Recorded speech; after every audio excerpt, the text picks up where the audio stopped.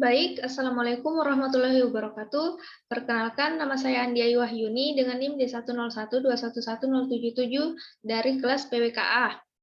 Pada kesempatan kali ini, saya akan menjelaskan mengenai isu banjir di wilayah perkotaan.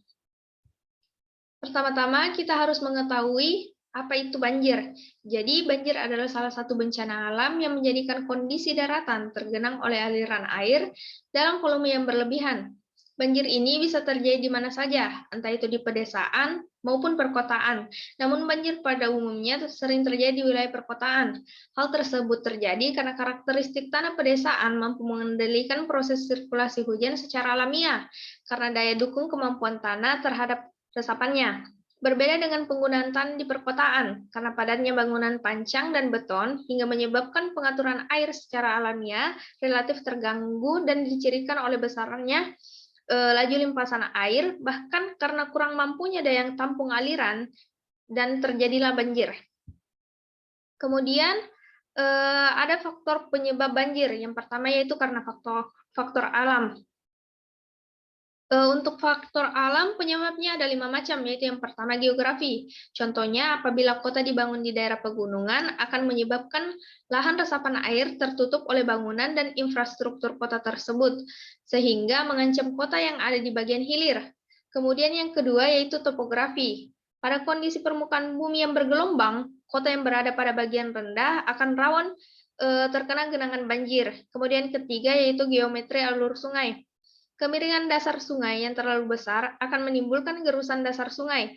Hal ini kemudian menyebabkan konsentrasi sedimentasi pada bagian hilir yang datar, bisa menyebabkan sungai menjadi cepat dangkal. Yang keempat yaitu curah hujan. Jadi intensitas curah hujan yang tinggi juga dapat menyebabkan banjir. Yang terakhir yaitu pasang surut laut. Tingginya pasang surut laut ini merupakan penyebab banjir untuk kota di kawasan pantai. Kemudian ada penyebab banjir yang disebabkan oleh faktor ulah manusia atau kegiatan manusia. Yang pertama yaitu penyimpangan RUTR pada bantaran banjir dan daerah aliran sungai yang tidak sesuai dengan fungsinya. Yang kedua yaitu pembangunan permukiman di atas kawan bantaran sungai dan di atas saluran drainase. Yang ketiga yaitu pengambilan air tanah secara berlebihan yang menyebabkan terjadinya penurunan lahan. Keempat, ada membuang sampah ke dalam saluran drainase. Yang kelima, ada bangunan persilangan yang tidak terencana dengan baik.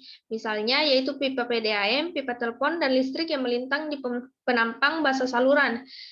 Yang keenam, ada mengabaikan pemeliharaan rutin sehingga menyebabkan saluran cepat menjadi dangkal. Untuk dari itu, kita perlu menentukan strategi dalam penanggulangan banjir. Yang pertama yaitu dengan cara pengendalian tata ruang dan lahan. Pengendalian tata ruang yang dilakukan dan perencanaan penggunaan ruang sesuai dengan kemampuannya dengan mempertimbangkan permasalahan, terutamanya banjir. Kemudian juga pemanfaatan lahannya harus sesuai dengan peruntukannya. Yang kedua yaitu pengaturan debit banjir. Pengaturan debit banjir ini dilakukan melalui kegiatan pembangunan dan pengaturan bendungan di waduk banjir, tanggul banjir, dan lain-lain sebagainya. Cara ketiga yaitu dengan penataan daerah lingkungan sungai, seperti penetapan garis sempadan sungai, peruntukan lahan di kiri dan kanan sungai, dan penertiban bangunan di sepanjang aliran sungai. Yang keempat yaitu peningkatan peran masyarakat, yaitu berupa pembentukan forum peduli banjir sebagai wadah bagi masyarakat untuk berperan dalam pengendalian banjir bersama dengan pemerintah.